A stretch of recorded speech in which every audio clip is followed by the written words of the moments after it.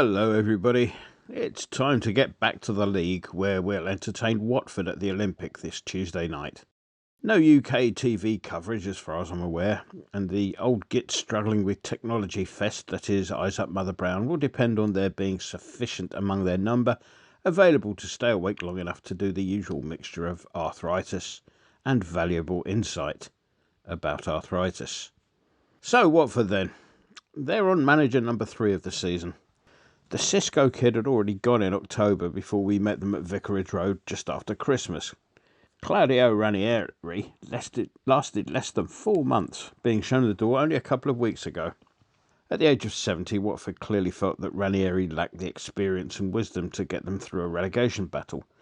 So they turned to the, in case of emergency, break glass figure of Roy Hodgson, 74, who's come in until the end of the season, presumably because Mrs H was getting a bit fed up with him getting under her feet during his retirement. Hodgson came into a side whose recent record has not been great, to say the least. Since they beat Manchester United 4-1 in November, they've lost 7 and drawn 2 of the 9 games they've actually played, their best results probably being getting 2 matches postponed over Christmas, under the COVID rules that everybody started taking advantage of. In their last 3 games, they've played the 3 teams closest to them, picking up points at Newcastle and this weekend, when the focus was largely at the Cup, over at Burnley in what was probably the least surprising 0-0 draw of all time. Sandwiched in between those 2 games was the disastrous 3-0 home reverse to Norwich, which was Ranieri's final game in charge. After all that lot, it's left them in 18th spot, which is a point shy of Norwich, over whom they have a game in hand. They're also 4 adrift of Everton, who have a game in hand over them. They're level on points with Newcastle, whose goal difference is inferior to the tune of 5, whilst both the Hornets and the Magpies remain 2 points clear of Burnley, who, however, have 2 games in hand on them both. I'll be asking questions on this later, so you'd better pay attention.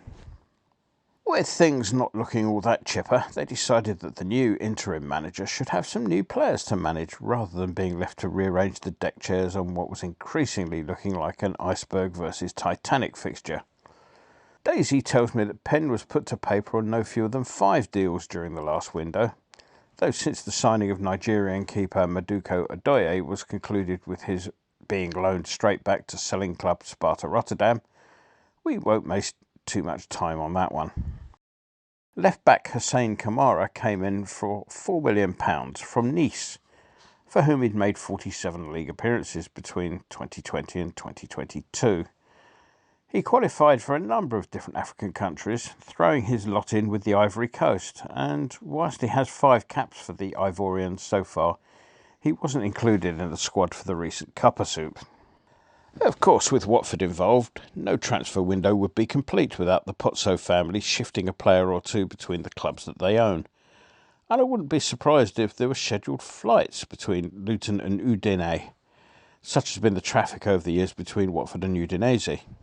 The latest player to make the move is Brazilian central defender Samir, who is rated again at the £4 million mark. He's been capped just the once at under 21 level, though he has made the full squad in recent weeks. In midfield, they brought in Edo Kayembe from Belgian outfit Eupen, or something like that. The 23-year-old Congolese midfielder started his senior career with Anderlecht, and has 8 caps for the Democratic Republic of the Congo side, which failed to qualify for the Cuppa Soup this time round. Nigerian winger Samuel Kalu's arrival was delayed by work permit issues, the player having yet to reach the necessary playing time required for him to play in the Premier League. He wouldn't have been out of place in the old Harchester United team, given that his mum was actually kidnapped a few years back. Thankfully, she was released unharmed after 6 days. They have a doubt over winger Ismailia Sarr. Sarr was involved in the Senegalese sides that lifted the Cuppa Soup on penalties on Sunday evening, and when questioned as to his whereabouts, poor old Uncle Roy had no idea when the player was due back. However, they will welcome back Emmanuel Denis from suspension. Dennis, you recall, was the player who left Dawson on his backside to score the opener in the reverse fixture, which, thankfully, was about as good as it got for the Hornets on that day. Let's move on to the wild and wacky world of association football. Thankfully, we weren't on the end of an upset at the weekend. More about that later, but there were a couple to look at. I was listening to the Forest-Leicester match on the car wireless on Sunday as I drove back towards the Avram Grant Olympic Rest Home for the Bewildered. The in-car entertainment system is one of those things whereby wherever you're doing and whatever you're doing and whatever you're listening to, it's interrupted every time a local radio station broadcasts some travel news. When BBC Radio Berkshire cut in as I sailed up the M3 at dead on 70 miles per hour, honest officer, the score was 0-0. By the time they'd finished telling me that the M4 was shut between junctions 6 and 8, and buses were replacing trains between Ascot and Guildford, Forest were 2-0 up. Depressingly, play was held up while some idiot ran onto the pitch and tried to deck a Forest player. I dread to think how angry the idiot would have been had junction 10 of the M4 been closed as well. Other news, a joint UK-Republic of Ireland bid to host the World Cup in 2030 has been replaced by a plan to host Euro 2028 instead. I'm not quite sure if they'll have host nation qualification, or indeed how that will work if you've got 5 hosts, but one way or another Scotland will struggle to qualify, of that you can be sure. Talking of north of the border, there was a bit of a furore as Wraith Rovers signed David Goodwillie, a player who had been found in civil action to have been a rapist. The club backtracked following the backlash, but not before author Val McDermid withdrew her club sponsorship. All well and good, but somehow her subsequent call for some sort of regulator to decide who can and can't play football seemed a bit odd. Maybe a bit of an overreaction. I mean, why pick on football, which seems at the moment a very easy scapegoat for all the nation's ills? I'm sure other professions have had their fair share of bad apples and rotten eggs. Authors, for example.